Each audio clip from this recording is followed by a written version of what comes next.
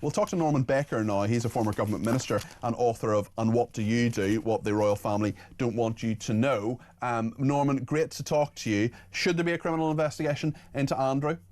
Of course, there should have been one years ago, because there's been enough evidence put to the Metropolitan Police and other police forces over many years, making allegations not simply about his link to Epstein and the allegations made by Virginia Giuffre at the time, which the Metropolitan Police did nothing about, although their policy at the time was to believe victims. They didn't believe her, it seems.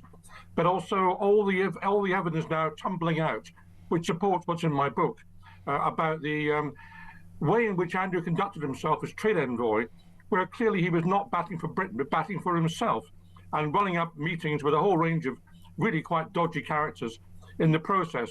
But the new evidence, I think, today, this last week, has been that not only had he been looking after himself, but he apparently, according to these leaks from the Epstein papers, or releases from the Epstein papers, suggest he's been giving sensitive and critical information of importance in his country to foreign individuals. And in my mind, that's treason. Well, it's interesting as well, because one of the ways that they could, in theory, get Andrew, or prosecute him in theory, could be malfeasance in public office, and that is something that Peter Mandelson may well be facing as well. There's a criminal investigation into him, no charges or that have been brought yet, no arrests made, but searches of Peter Mandelson's homes both in London and outside London. For Andrew as well, do you think that's the most likely way he could, in theory, be prosecuted, the same as Peter Mandelson? Well, I mean, I certainly think that's a runner, but of course what we've seen over the last 20 years has been the extreme reluctance of the Metropolitan Police and the police generally to look into any aspects of suggested improper behaviour by the royal family, by Andrew, or indeed others. Remember those bags full of euros cash, which was handed to Charles, for example, when he was Prince of Wales.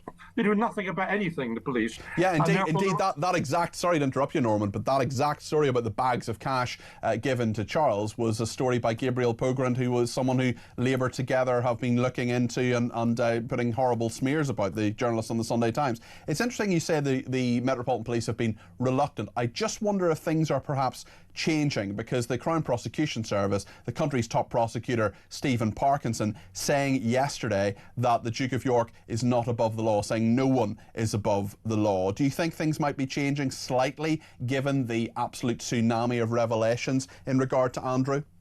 Yeah, it might be, Peter, because as you say, it's a tsunami of revelations, and that is perhaps pressure which cannot be resisted by the police. But, you know, they have resisted before, and they have said before that no one's above the law, but it hasn't stopped them approaching Andrew in a different way. And I think Andrew has behaved as he has done because he had the expectation that laws are for little people, not for him, and he was going to get away with it, whatever he was doing. I think that was his expectation, that there was deference to the royal family. He was covered by that. He was the Queen's favourite son, and he could do basically all he wanted. And it's time, in fact, that the chickens came home to roost, as far as Andrew's concerned. Norman, the Queen, Queen Elizabeth, of course, is someone who is absolutely revered by my viewers and listeners. But I'm going to ask the question because it has to be asked. Did she have a role to play here? Was she part of this cover-up, in your opinion? Well, I mean, £12 million was given to Virginia Giuffre. We don't know where that came from, but it appears to have come from other members of the royal family, including the Queen. And I think the default position of the royal family up until now, really, has been to, first of all, hope this will all go away. Secondly, to, if it won't go away, to isolate Andrew and say nothing to do with us. But there are increasingly questions, quite rightly being asked by the public, as to who in the royal family knew what, when. And that should have started, really, with the photograph of Andrew and Epstein in Central Park, New York in 2011, when that appeared. And certainly should have been asked, led to questions when the photograph appeared of Andrew with his arm around Virginia Giuffre, and they appear not to have been asked. So I think the royal family themselves now need to go further. They've been behind public opinion, and in my view, both the government and the palace should release all papers and emails which they have in relation to Andrew, so we can see exactly what's been going on. We now have the full list as well of people who are named in the Epstein files. Now, simply being named in the Epstein files does not mean that you're guilty of anything, and we've got to be really, really clear about that. But some of the I mean, you know, Kamala Harris is in there, for example, Bill Gates, Rudy Giuliani, Mike Huckabee, who's the current U.S. ambassador to the to Israel, Julian Assange, Steve Bannon, Joe Biden, John Bolton. Loads of different people are in those Epstein files. Given that we now know that actually dozens of documents identifying Prince Andrew by his former email address have now been redacted weeks after release. So some of it has been searchable, and you could just put in the email address and find all the references to him and all the emails he sent and so on. That's been redacted. I mean, it's unlikely, especially as the email address involved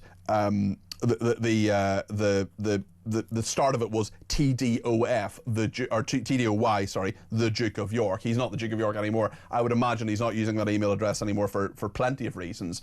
I mean, given that that's been redacted retrospectively, what do you read into that, Norman? Because there are a lot of people very annoyed, including Jess Michaels, who's an Epstein survivor, who told The Sun this is thwarting justice, this is a cover-up of the crime. I wish I could tell you that all of this is shocking, but for us it's not. It's actually predictable. We are continuing to be gaslit. It's designed to protect those responsible and intimidate survivors to stop them coming forward. Well, I'm afraid I've got some sympathy with that view, and quite clearly there's information which has not yet been released. Not all the Epstein papers have been released. I mean, there are millions of them, but they are still being held. And there's a suspicion, of course, that the ones which have been released are ones where people can be thrown to the wolves, including Prince Andrew, for that matter, ex-Prince Andrew, whereas people who are really important in American society are being protected. And let's just face this one fact, Peter. You know, there's been redactions allegedly to protect victims. Hundreds of victims, apparently, are implicated in what Epstein did. Hundreds of victims. Where are the prosecutions?